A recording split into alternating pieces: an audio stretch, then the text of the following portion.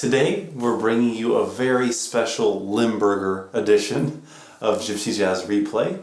We went all the way down to Brussels to visit our friend Tcha and to film a very special episode for all of you with him. And we changed the format a bit, so Chris, why don't you explain how we changed things? Yeah, so normally we play a song and then we watch little replay clips, but with Tcha, because he's so knowledgeable on everything Gypsy Jazz, both on violin and guitar, we thought it'd be better if we give him like full space to discuss everything he wants, show you everything he got, and he showed you everything, rhythm guitar, violin, lead guitar, the whole deal. So let's get started. All right.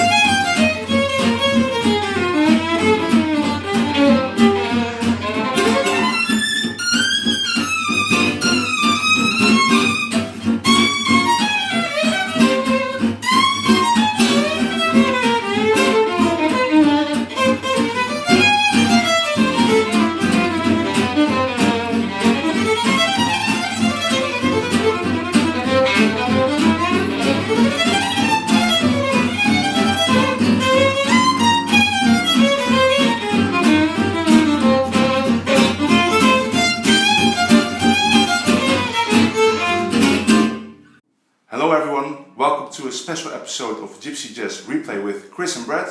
I'm Chris. I'm Brad. And today we have a special guest. I'm Tcha Limberger. And we are three instructors of this year's Django in June. If you're watching this in the future, it's now 2016.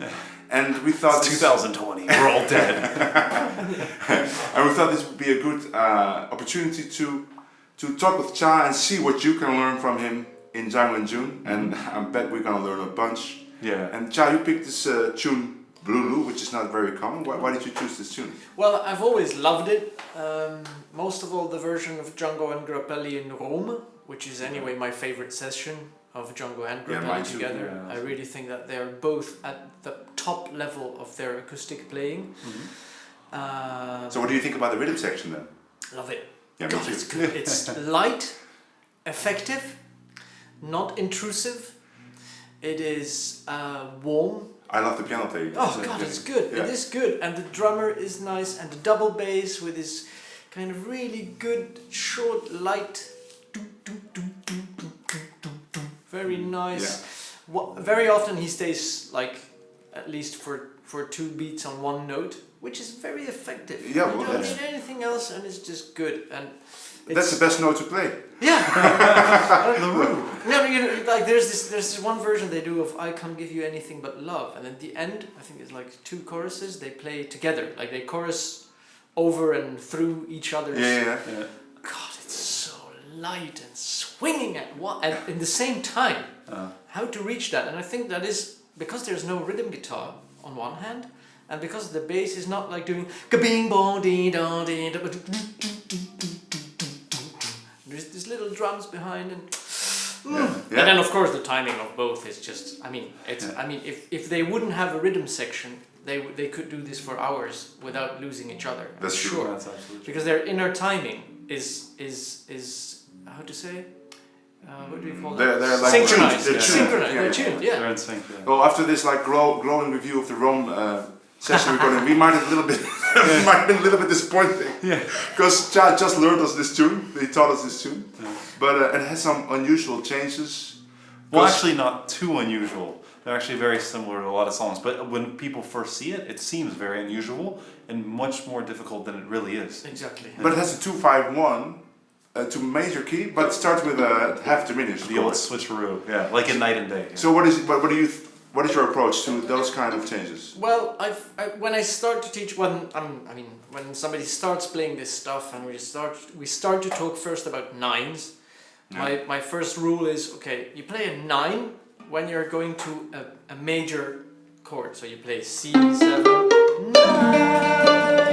that goes to F major,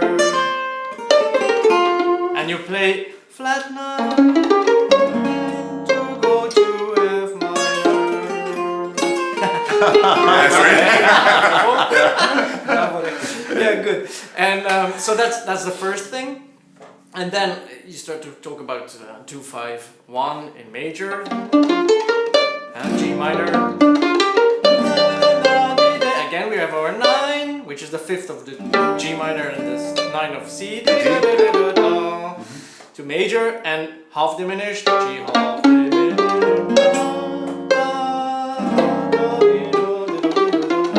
To F minor. So what do you do when the 2 chord is actually with a flat 9, but you have to go to a major key? Yeah, that's what happens in this tune and in many other tunes actually. Night and Day. Yeah, Night and Day. What is the thing What called is the Love? thing called Love? And so what you do actually, you just enjoy that for once you can actually really play this flat 9 go into a major.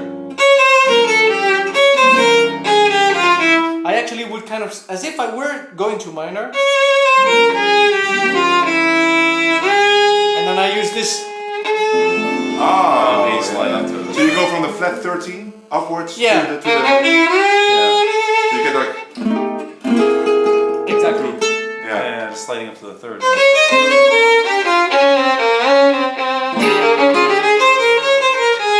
Okay. That's actually a wrong resolution, right? According to theory, that the flat 30 should resolve down. No, but it's a good approach to just think of it as if it's a minor chord, and then just move one note up at the very end, and you have a perfectly constructed. Well, is it flat 13 or is it augmented? Yeah, well, that's true. Because if it's augmented, then it definitely goes. Then goes up. Yeah, you're right. Well, I think it's flat 13. I don't know actually. I think it's both. It is both, and both are possible. You can go down, which is very nice, or you can go up, which is both really nice. And then we get a kind of. And then, how do you approach the bridge? Because the bridge it goes into C, but can you just play all of your typical C turnaround licks essentially, Actually, or is it different because it's in? No, F? you can. According to me, you can. Although I really like the diminished going to D minor and D minor 7. So first D minor, then D minor 7 going to G. That's something that I find that very melodical. No, it's the other one. The one up. Oh. But what's you say melodical? What is melodical? What do you do in the melody then? Oh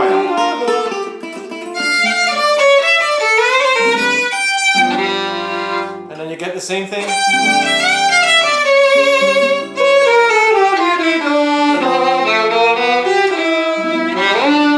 But do you think it's necessary to always play the diminished chord, or can you just play C? I like more when things follow each other. When the rhythm is doing this, then I like when the solo, or the other way around, when the soloist is doing something that the rhythm can kind of straight away adapt. But of course you can just play in C. Or C blues. You could just play C blues, right? You could just... Yeah. I mean, you can C and G7 is basically what is happening. And how about, because it's a diminished chord on the second degree, we play F major harmonic. Well, that's another kind. No, I liked it. It's quite interesting, but what I noticed in your solo is you played a lot of really high altered stuff on the C7, going with the sharp 9. Yeah. And I like that sound a lot. It's not really part of the sound of the old style Hop to France though. No. And you, to me, you come across as somebody that's really rooted in the old style.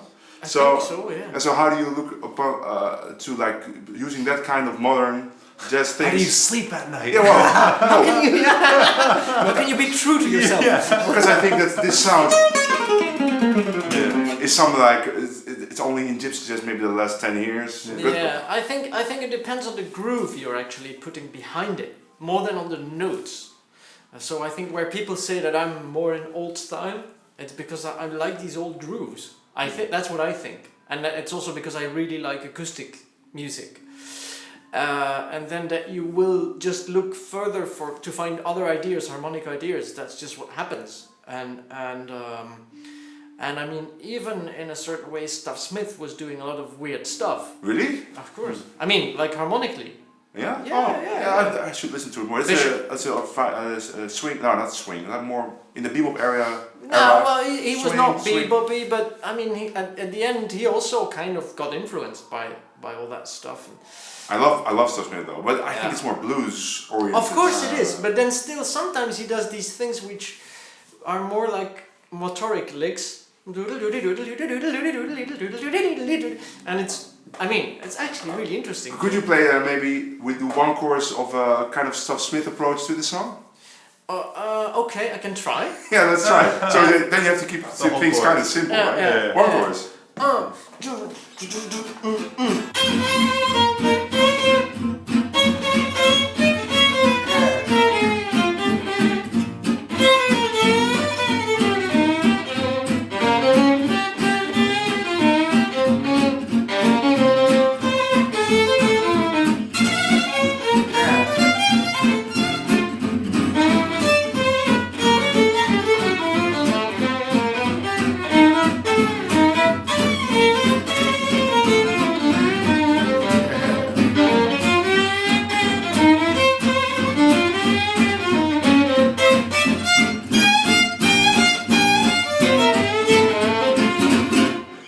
You even copied the white vibrato.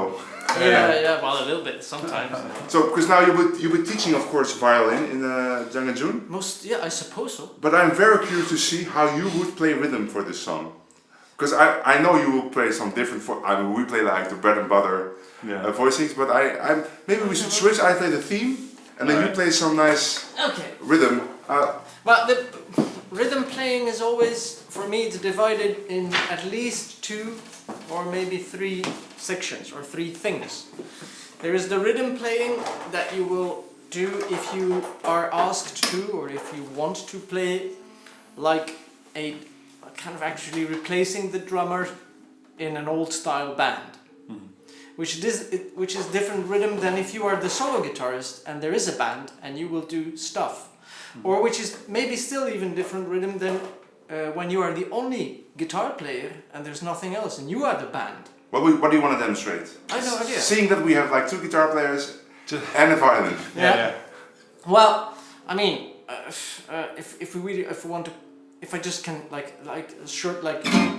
You know, also what we can do is we can play a chorus while I'm giving the straight rhythm, and then the final A, I get up and I walk away, and Tcha, you're the whole band.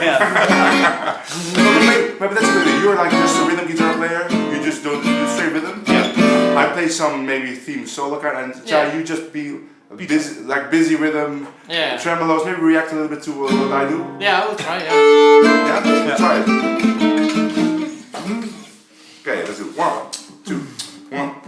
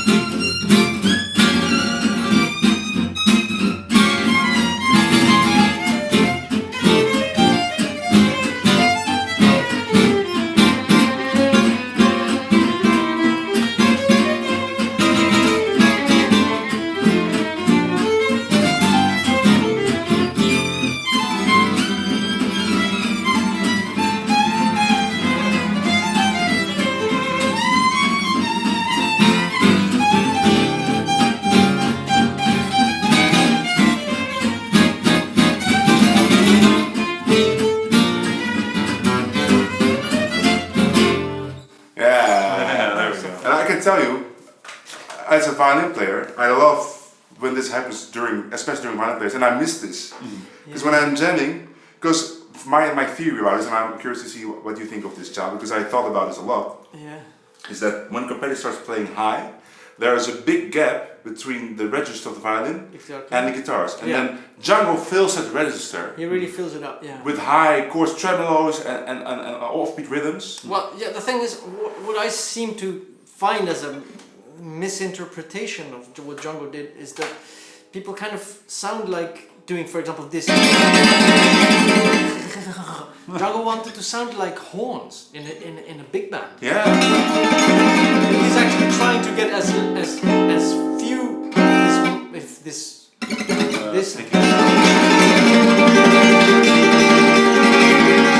And that, I mean, and you have to, like, your left hand has to be really, really strong. And he does things like to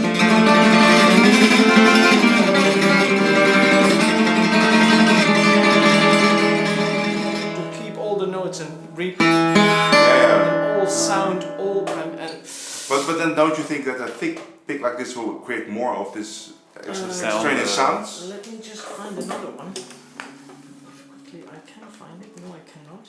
Ah, yes, I can. But this is also a thick one, but it's another material. And it's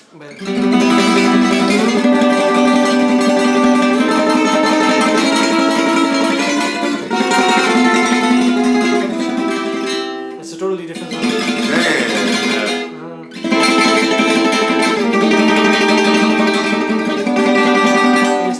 It's not fast. It's not. No,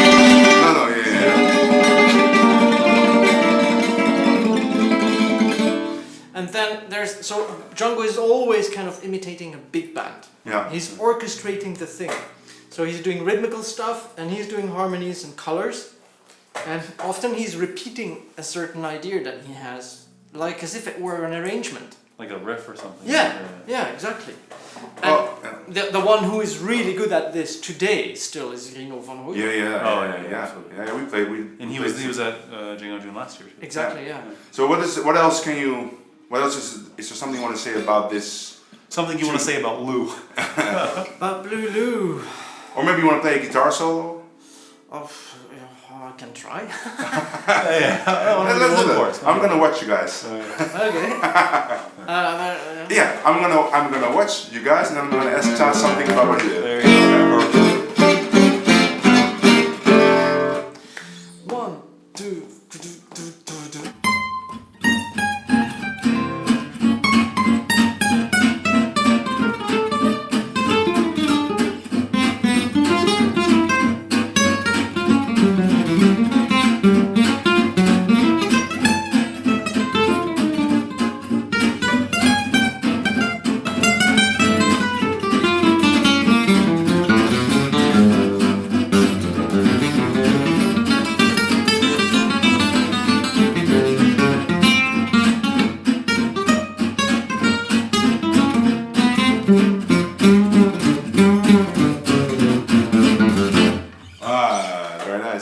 Very jungle-like. Yeah, very big one. Kind of. What I miss in my own playing also, but it's the big intervals. You play some big intervals. It's very jungle-like. Yeah. And but that's very difficult to develop, especially I feel on guitar, because the neck is so big.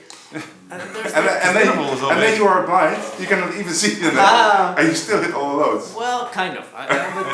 Once Jesse Barksdale made me a very nice compliment. He said, "You actually play guitar like you can hear that you're a violinist, because you don't play like this." Yeah. But that's more like jungle also. Right? Exactly. Actually, And I think it's just also because I'm always looking for like the melody. So I can very often do things on one string for a long while, because then it's nice to keep them connected and the color and there is again the guitar is an orchestra. It's not only, but it's all and the difference between, like, for example, if I do or if I do, I really love that, and I really love to play with that and to kind of experiment. And so sometimes I might do a solo like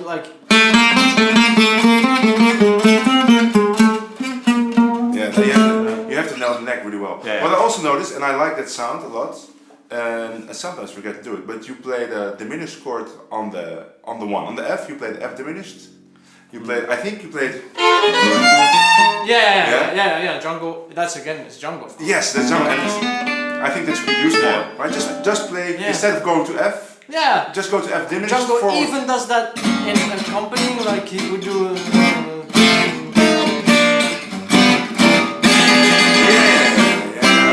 that's how he goes to C or whatever. That's a great sound.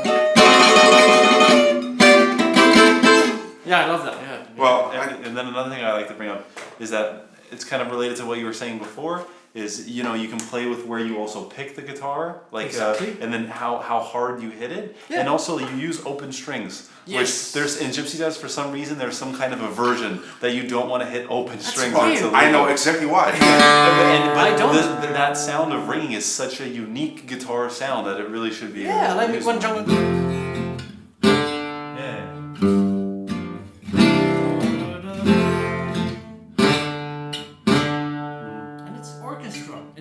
It's not only, and it's not only, but it's.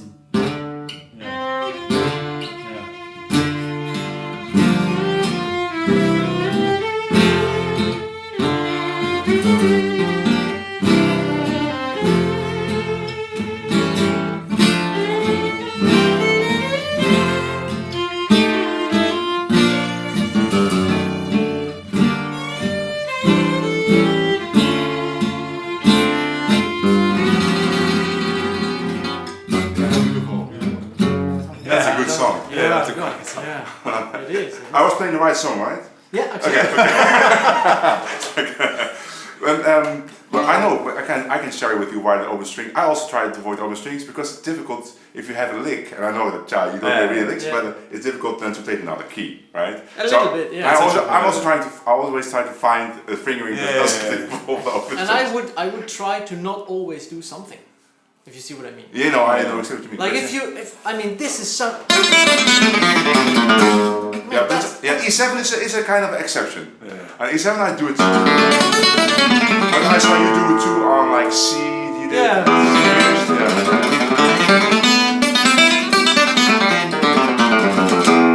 Yeah, of course. Yeah. What is it? I don't know. But I mean, even if the open string is just a passing tone, you can always tell right away which is the open string. Yes. That's such a full sound. And it's good, It's rhythmically, it's interesting. It gives more punch to it. I have another one, maybe last subject that I find very interesting, and I want to know your opinion. And now we're on camera, so because we both play violin and guitar, of course, right? Yeah. So it's my feeling, but of course I play guitar a lot shorter than violin, but still. Yeah, for me it's the other way around. Yeah, looking at the way to improvise, or the way I think on the violin, that it's actually more difficult to make a good solo on guitar than it is on violin, because of the bigger neck, and don't you feel that? I have much more trouble creating this, but it could also be because I play shorter guitar. But I think so. But when I look at the systems on the guitar, because of the big neck and the chromatic nature of the guitar, right? Yeah. That it is more difficult to play a melodic line on guitar than it is on violin. Well, why not just force yourself to play on only G and B string, for example? Play me a good solo on whatever tune, and only use one string. Play a good solo. Why not? Yeah, that's difficult. But is it difficult? Well, on violin, no. No, on guitar, yes. Why would it be more difficult on guitar than on violin? I can tell you why, and then you say, but then you have to work on that. Because on violin, I know every note I'm playing. Yeah. And on guitar, I know more like the frets. Yeah, right? But that's just time. Yeah. That's just time. That comes with it. I mean, what I used to say to students is like, okay, you start off with short phrases. Stop the phrase. Don't go on for ages, because you won't remember what you were doing, and people won't understand you because you don't use punctuation. So make a short phrase and force yourself to stop and play another one, and another one, and another short phrase. And as you're playing on and jamming and recording, and after 3 years, suddenly you will notice that you remember one of your short phrases, and you remember another one, and another one, and another one, and you end up actually being able very easily to just connect your short phrases into a very long one. So what I wanted to say. But that's also like licks then, right? Yeah, kind of. But you make your own ones. You make your own licks. Homemade. Yeah. So what do you think about the general approach of learning licks from other players? I think it's always good to do. Okay. Why not? I'm not against. I'm not against learning what you like. That's the whole thing. You have to learn. If you, the only good approach to music is actually really playing what touches you. Yeah. Otherwise, it's no good. And if this particular lick touches you, why not? I learned a solo of what is it? I learned parts of the solo of It Had to Be You, of Django's on violin, and I practiced it on violin first. But the guitar solo, you mean, right? It is a guitar solo, yeah. And it's so good. I mean, why not? Yeah, of course. You learn a lot by doing that, by trying to do it, and by doing it, and by actually reproducing it on stage, and you see, this. But you got to make it your own, of course. Yeah. No, but You'll change it eventually. Yeah, But it's funny that you have that problem, because for me, it's much more difficult to play a good solo on a violin than on a guitar. Much more difficult. Yeah, no, thank you. No, but actually I enjoy, that's the funny thing is, I enjoy practicing on the guitar more than on the violin. Not because I play short guitar, but there's more to unravel on this big neck. Like you can play chords, you can play, I don't know, there's many more things you can do on a guitar than you can do on a violin. I think that is really because for you it's the other way around. Then with me, whom I have been playing the guitar since I was 6 and violin since I was 17. Yeah. And I have the other, I really prefer to practice on violin because it's just taking my attention. Yeah. How to do this and how to make it sound and how to bow and how can I change this position there and then this fingering and vibrato and all that, and guitar is just like, I know this. And then the funny thing is, Tcha's teaching violin, and I'm teaching guitar. Exactly. No, but actually I think it's pretty good because it's very fresh for me learning guitar. And you can be in the same perspective as a lot of the people learning there. Yeah, Because you did it so recently. I did it in 5 years, and I solved many of the problems in those 5 years. Of course, I practiced 6 hours a day, but I don't know that Tcha's also practicing many hours a day on the violin. Because I still remember the last time I came to visit, I could hear you play violin in the beginning of the street. The window was open. Yeah. So is there any more we'd like to ask Tcha, or is there something, Tcha, you would like to say maybe to your future students? No, I don't know. Well, just I don't know. Well, I know that I will definitely enjoy being there and seeing a lot of people, and I hope that what I can bring is what they like to find, because I mean a teacher can only you're making propositions to people. Mm-hmm. Like I could show you this if you wanted to. Mm-hmm. But I mean, if my rhythm style, for example, is not suiting someone, then he wouldn't want to learn it, and he would not be enjoying himself in my class. Well, there's always something you can pick up, right? Yeah. I'm sure there is, but still, I mean, there is this where I feel sometimes like being on another planet, whilst being amongst other players who are in a daily routine of a certain style that I'm not. Yeah. And then you think, well, am I actually going to find something that suits these people? And then very often it turns out that yes. Yeah. In the end. And that's a very nice feeling. Mm-hmm. That you because I feel that if you're nice among adventure. musicians, there's always common ground. Yeah. It doesn't actually matter from which style. Oh, maybe there's some weird styles, but but I mean tempos, for example. I'm not interested in fast tempos. Oh, I'm very interested in fast tempos, guys. I know you are, and I'm not.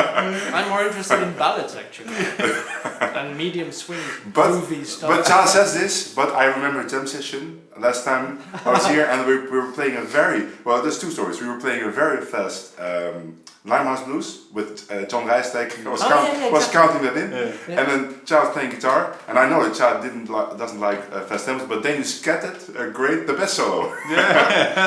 But that's again everybody, because in Flemish we say elk vecht met zijn eigen wapens. Yeah, all right. Yeah. Everybody fights with his own weapons. I know that I can scat more easily than I can play fast on a violin or on a guitar.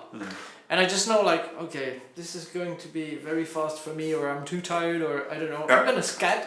Yeah, but you scat it in cooperation with the guitar. Yeah, and also you say on violin, but then later in the evening, Tcha was listening, and he's a very enthusiastic listener. He was sitting in front and like encouraging everyone. But then we were playing Joseph, and I saw Tcha say, Tcha, you have to play a violin solo and said, well, I can try, but it was easy. You could easily get the tempo. So maybe on violin it's a little bit easier to play fast? I don't know, it's less physically difficult. Right. Yeah. I mean, for force. Yeah. Because the way I play guitar, I also need a bit of, I mean, I don't play, but I want to make the sound. So I am a bit. I don't notice the difference between the two. Sorry? I didn't notice the difference between the two. No, I'm sure you did. And so on violin you have less of that problem. But on the other hand, then you have tuning issues and what is the bowing and Let's not start about that. Okay, Tcha. I want to thank you. It was very nice, and I'm sure we're gonna have a great time in June. And you can take lessons with either of us. We hope you enjoyed this as much as we did. We spent the whole day at Tcha's house, talking about music, jamming, listening to our favorite music, and we certainly hope that you learned as much from watching this as we did by visiting Tcha. And the most important thing was just how inspirational it was for the both of us to see and play with a musician like Tcha, and just to talk to him about music, to hear his philosophy on everything and how he describes things.